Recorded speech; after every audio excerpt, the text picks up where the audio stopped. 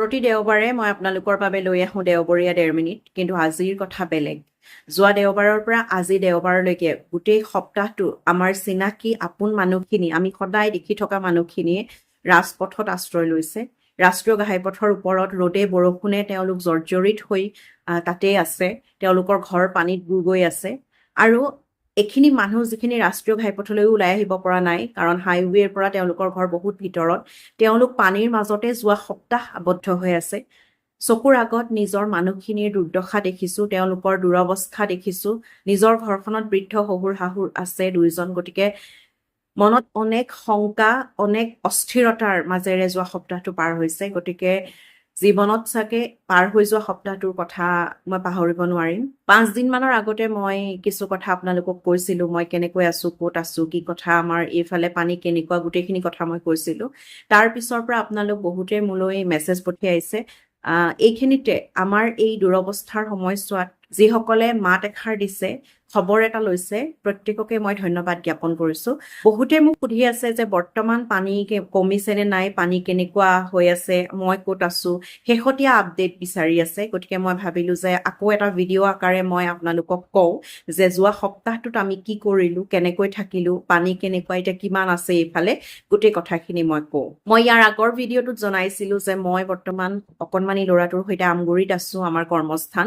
লগতে এই কথাও কৈছিলোঁ যে আমাৰ বা আহিছিল অকণমানিটোৰ লগত, তেওঁলোকো আমাৰ লগতে আমগুৰিলৈ আহিছিল।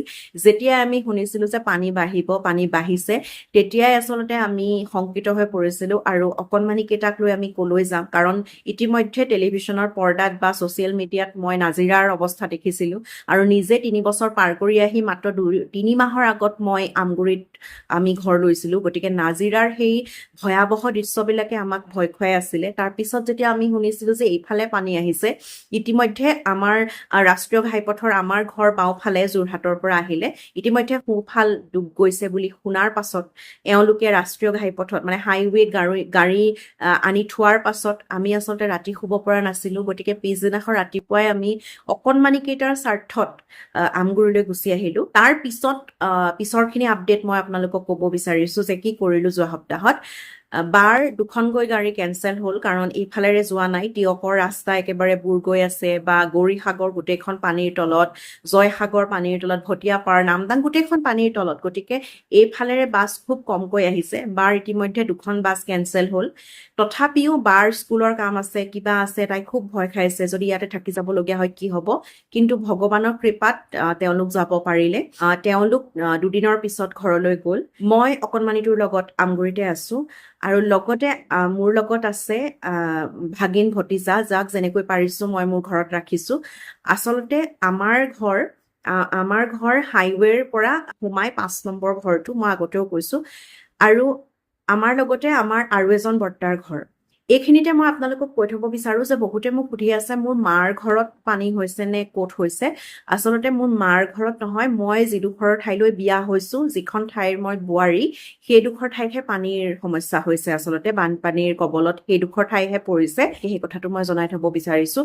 সকলোৰে মেছেজৰ উত্তৰ মই ব্যক্তিগতভাৱে দিব পৰা নাই, গতিকে মই ইয়াতে কথাটো কৈ থৈছোঁ। আমাৰ ঘৰৰ লগতে আৰু এজন বৰ্তাৰ ঘৰ একেবাৰে কাষত। কিন্তু আৰু এজন বৰ্তা আৰু খুৰা আমাৰ হাইৱেৰ পৰা যথেষ্ট সোমাই থাকে, তেওঁলোকৰ ঘৰ কেইবা কিলোমিটাৰো হ'ব, সোমাই থাকে। গতিকে তেওঁলোকৰ সম্পূৰ্ণ অঞ্চল পানীত ডুব গৈছে, পানীত বুৰ গৈছে, প্ৰায় একঁকাল পানী। আৰু ৰাস্তাবোৰতো অৱস্থাই নাই, আৰু মানুহে ভূৰ লৈ বা নাও লৈ অহা যোৱা কৰিছে। সেই বৰ্তা আৰু খুৰাৰ ঘৰৰ ভাগিন ভতিজা, যাক যেনেকৈ পাইছোঁ আৰু তেওঁলোক আহিছে, মোৰ ঘৰতে আছে। গতিকে মই মোৰ কণমানিটো আৰু ভাগিন ভতিজাৰ লগত মই ইয়াতে আছোঁ। মাধুৰ্যই যোৱা সপ্তাহটো ৰাতিপুৱাই পানী ফালি হাইৱেলৈ আহে আৰু তাৰ পাছত গাড়ীখন লৈ আমগুৰি পায়হি। আমগুৰিত যিহেতু যোৱা কেইদিনমানৰ আগলৈকে পুৰা বান আছিলেই, পানী শুকাল, এতিয়া কাৰেণ্টটো আহিল। কিন্তু আটাইতকৈ ডাঙৰ কথা, দোকানবিলাকত বস্তুৰ একেবাৰে অভাৱ। কোনোবা এখন দোকানত যদি আপুনি কিবা দুবিধ পায়, আন এখন দোকানত আকৌ বেলেগ দুবিধ নাপায়, মানে এনেকুৱা ধৰণৰ হৈ আছে। গতিকে মাধুৰ্যই কি কৰে, ৰাতিপুৱাই পানী ফালি হাইৱেলৈ আহে, আহিয়েই তেওঁ আমগুৰি পায়হি। তাৰ পাছত ঘৰত তেওঁ মানে ওচৰ পাজৰৰ কাৰোবাৰ চাৰ্জ লাইট লৈ আহে, ফোন লৈ আহে, আনি পেলাই ঘৰতে চাৰ্জ দিয়ে, আমাৰ ইয়াতে চাৰ্জ দিয়ে আমগুৰিত। তাৰ পাছত তেওঁ ওচৰ চুবুৰীয়া গোটেই কেইঘৰতে যিমান পাৰে বজাৰ সমাৰ কৰি শাক পাচলি মম বিস্কুট খোৱা পানী এনেকে যিমান পাৰে আৰু চেনিটাৰী পেডলৈকে তেওঁ লৈ গুচি যায়। প্ৰত্যেক দিনাই সেইটোৱে কৰিছে। ৰাতিপুৱা প্ৰায় 8মান বজাত তেওঁ গুচি আহি তেওঁ বেংকত এটেণ্ডেঞ্চ দিয়ে। বেংকৰ যিহেতু ষ্টাফ বাকী কেইজন পানীৰ মাজতে আবদ্ধ হৈ আছে, গতিকে বেংকো একেদিন চলা নাই। তেওঁ বেংকত এটেণ্ডেঞ্চ দিয়াৰ পাছত তেওঁ বজাৰ সমাৰ কৰি আকৌ তেওঁ আবেলি সময়ত ঘূৰি গুচি যায়। শাক পাচলি লৈ যায়, খোৱা বস্তু লৈ যায়, বিস্কুট লৈ যায়, পানী বা তেনেকুৱা মম, মুখ খেদা ধূপ, ফেনাইল বা চেনিটাৰী পেড এনেকুৱা ধৰণবিলাক লৈ পেলাই তেওঁ তালৈ যায়। যাক যেনেকে পাৰে বস্তুখিনি দিয়ে আৰু আকৌ মা পাপাৰ লগত ৰাতি তেওঁ ঘৰতে থাকে। আমাৰ পানী যদিও ঘৰৰ ভিতৰত সোমোৱা নাছিল, আমাৰ চুবুৰীটোত মাত্ৰ 4 ঘৰ মানুহত পানী সোমোৱা নাছিলে, গতিকে আমাৰ ঘৰটো তাৰ ভিতৰতে সোমাল। অকণমান ওখ কাৰণে ভগৱানে কৃপা কৰিলে, কিন্তু গেটৰ পৰা একদম ষ্টেপৰ ওচৰলৈকে পানী আহিল। আমাৰ সেইকেইদিন আচলতে গাঁঠিৰ আগত জিয়লৈ আছো আমি, পানী সোমালে কি হ'ব, কাৰণ মা পাপাৰ বিশেষকৈ পাপাৰ যথেষ্ট বয়স হৈছে, গতিকে এইখিনি সময়ত এইখিনি কিমান মোকাবিলা কৰিব পাৰিব। ইফালে ৰাস্তাৰ যিখন হাইৱেৰ পৰা সোমোৱা যিডোখৰ যথেষ্ট দ, কাৰণ 4 লেন হোৱাৰ পৰা আগৰ মানে ৰাস্তাটো তল হৈ গ'ল। পানী একদম এবুকু, কেনেকৈ পাপা ইয়ালৈ আহো বুলি ক'লেও মানে কেনেকৈ আনিম, গোটেই মানে ভাবি চিন্তি তত নাই। গতিকে ভগৱানৰ কৃপাত ঘৰৰ ভিতৰত মা পাপা সুৰক্ষিত থাকিল যোৱা সপ্তাহটো। আৰু মাধুৰ্য এনেকৈ ৰাতিপুৱা ওলাই আহি বজাৰ সমাৰ কৰি আকৌ আবেলি গুচি যায়। ফোন চাৰ্জ দিয়ে, ইয়াতে আহি পেলাই চাৰ্জ লাইট চাৰ্জ দি লৈ যায়। এনেকৈ তেওঁ চলালে। তাৰ মাজতে মই ইতিমধ্যে আপোনালোকক কৈছিলো যে আমাৰ এজন খুৰা আৰু এজন বৰ্তা হাইৱেৰ পৰা যথেষ্ট ভিতৰত সোমাই থাকে। তেওঁলোকৰ ঘৰ অলপ সোমাব লাগে হাইৱেৰ পৰা। গতিকে সেই অঞ্চলটোৰ নাম হৈছে গহৰাগুৰি অঞ্চল। সেই গহৰাগুৰিৰ সেই মানুহখিনি আচলতে সাংঘাতিক বিপৰ্যস্ত হৈ গৈছে, মানে কাৰণ তেওঁলোক হাইৱেলৈ আহিবলৈও যথেষ্ট দূৰ, তেওঁলোক আহিব নোৱাৰে। আৰু ঘৰৰ ভিতৰত আবদ্ধ হৈ থকাৰ সময়খিনিত তেওঁলোকে কিমান কি সাহাৰ্য পাইছে সেইখিনিও মই ক'বলৈ নাযাওঁ, কাৰণ ৰাষ্ট্ৰীয় ঘাইপথত যিসকল আছে তেওঁলোকে সাহাৰ্য পাইছে, আৰু যিসকলে সাহাৰ্য প্ৰদান কৰিছে তেওঁলোকক মই ধন্যবাদ জ্ঞাপন কৰিছো। কাৰণ এইখিনি সময়ত আচলতে মাত এষাৰেও বহুত কাম কৰে। গতিকে যিসকলে সাহাৰ্য দিছে, পানীৰ যোগান ধৰিছে, চেনিটাৰী পেডছ, খোৱা বস্তু যিখিনি যোগান ধৰিছে, মই সকলোকে ধন্যবাদ জ্ঞাপন কৰিছো। আৰু ৰাষ্ট্ৰীয় ঘাইপথত হাইৱেত থকা মানুহখিনিয়ে সাহাৰ্য পাইছে দেখি খুব সুখী হৈছো। কিন্তু যিখিনি মানুহ মই এইমাত্ৰ ক'লো গহৰাগুৰি বা তেনেধৰণৰ ভিতৰুৱা অঞ্চলবোৰত আছে, তালৈ সাহাৰ্য দিবলৈ নাৱেৰে যাব লাগে। গতিকে সেইবোৰ ঠাইত সাহাৰ্য আচলতে গৈ খুব দেৰিকৈ পায়গৈ।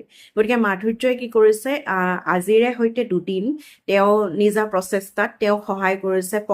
পংকজ লোচন নাথ, মোৰ ভতিজা, সোণাইকণ বুলি আমি মাতো তাক, লগতে দেহা, ৰাজকিশোৰ, তেওঁলোক দুয়োজনে সহায় কৰিছে। কলৰ ভূৰত উঠি সেই অঞ্চলটোত তেওঁ 3-4 দিনৰ জোখাৰে হোৱাকৈ ৰেচন দি আহিছে। দেখি আচলতে ক'ৰবাত চকু পানী ৰখাব নোৱাৰি। পানী ফালি ফালি নিজৰ মানুহখিনিক তেওঁ বিচাৰি গৈ সেইখিনি দিছেগৈ বস্তুখিনি। আজি দেওবাৰ, আজি তেওঁ যিহেতু বেংকো নাই, গতিকে আজিৰ দিনটোত তেওঁ প্ৰায় 50 ঘৰমান মানুহক তেওঁ ৰেচন দিছে, পিছৰ 3-4 দিন হৈ যোৱাকৈ। দাইল, আটা, বিস্কুট, ফেনাইল, তাৰপিছতে চাবোন, খোৱা পানী, চেনিটাৰী পেড এইখিনি যোগান ধৰিছে। আৰু সেই গহৰাগুৰিৰ আমাৰ যি ভাগিন ভতিজা মোৰ লগত আছে তেওঁলোক। গতিকে এনেকৈ আমি সপ্তাহটো পাৰ কৰিলো। যিমান পাৰি, মইতো পৰা নাই কাৰণ মোৰ অকণমানিটো আছে, সেয়া সম্ভৱপৰ হোৱা নাই, মই নিজে যাব পৰা নাই। কিন্তু মাধুৰ্যই যিমান পাৰে ওচৰৰ আমাৰ মানুহখিনি বা সোমাই থকা যিখিনি মানুহ, হাইৱেলৈকো তেওঁলোক ওলাই আহিব পৰা নাই, সেই মানুহখিনিক তেওঁ যথেষ্ট সহায় কৰিবলৈ চেষ্টা কৰিছে। কিন্তু আচলতে অকলে ইমানখিনি কৰাৰ সক্ষমতা নাথাকে আমাৰ। গতিকে যিমানখিনি পাৰো কৰিছো। সকলোৰে ওচৰলৈ হয়তো যাব পৰা নাই, তাৰ বাবে ক্ষমাও বিচাৰিছো। আৰু যিসকলে বানাগ্ৰস্ত, যিসকল লোকক বানাক্ৰান্তক সহায় কৰিছে, মই আকৌ এবাৰ ধন্যবাদ জ্ঞাপন কৰিছো। আচলতে আমাৰ নিজৰ ৰাস্তা পানীত বুৰ গৈ আছে, সেইডোখৰ ওলাবলৈও অসুবিধা, কিন্তু তথাপি তেওঁ চেষ্টা কৰিলে। আজিৰ এই মুহূৰ্তলৈকে আচলতে আপডেট ইমানেই। মই আপোনালোকক কিছু ভিজুৱেল লগাই দিম, আপোনালোকে চাব পাৰিব। আশা কৰিছো এনেকুৱা বিপৰ্যয় যাতে ভৱিষ্যতে আৰু কেতিয়াও নাহে, প্ৰকৃতি যাতে আৰু এনেকৈ ৰুষ্ট নহয়। আৰু লগতে কিছুমান কথাও শুনা পাইছো যে হাইৱেত বা ওলাই থকা যিখিনি মানুহ তেওঁলোকে সাহাৰ্য পাইছে, কিন্তু ভিতৰ অঞ্চললৈ সাহাৰ্য পোৱাগৈ নাই, ৰাস্তাতে শেষ হৈ গৈছে, টনা আজোৰা লাগিছে। আচলতে এইখিনি শুনি অকণ দুখো লাগে। এই বিপৰ্যয়ৰ কালছোৱাত যদি আমি ইজনে সিজনক সহায় নকৰোঁ কেনেকৈ হ'ব? গতিকে সেই মনোভাৱ পৰিহাৰ কৰি মোৰ ওচৰত যদি 4টা আছে কিবা বিস্কুটৰ পেকেট, কাৰোবাৰ ওচৰত যদি এটাও নাই, আমি তাৰে এটা আচলতে দিবহে লাগে। গতিকে আমি সহায় কৰি ইজনে সিজনক আচলতে আমি উদ্ধাৰ কৰিব লাগিব। এনেকুৱা মনোভাৱ পৰিহাৰ কৰক।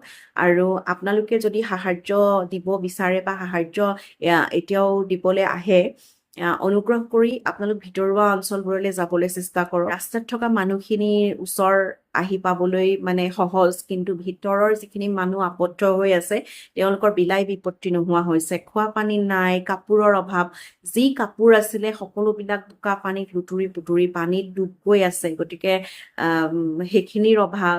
আপোনালোকে যদি সাহাৰ্য দিম বুলি ভাবে বা অকণমান ৰিলিফ দিওঁ বুলি ভাবে, ভিতৰুৱা অঞ্চলবোৰলৈ যাবলৈ অনুগ্ৰহ কৰি চেষ্টা কৰক।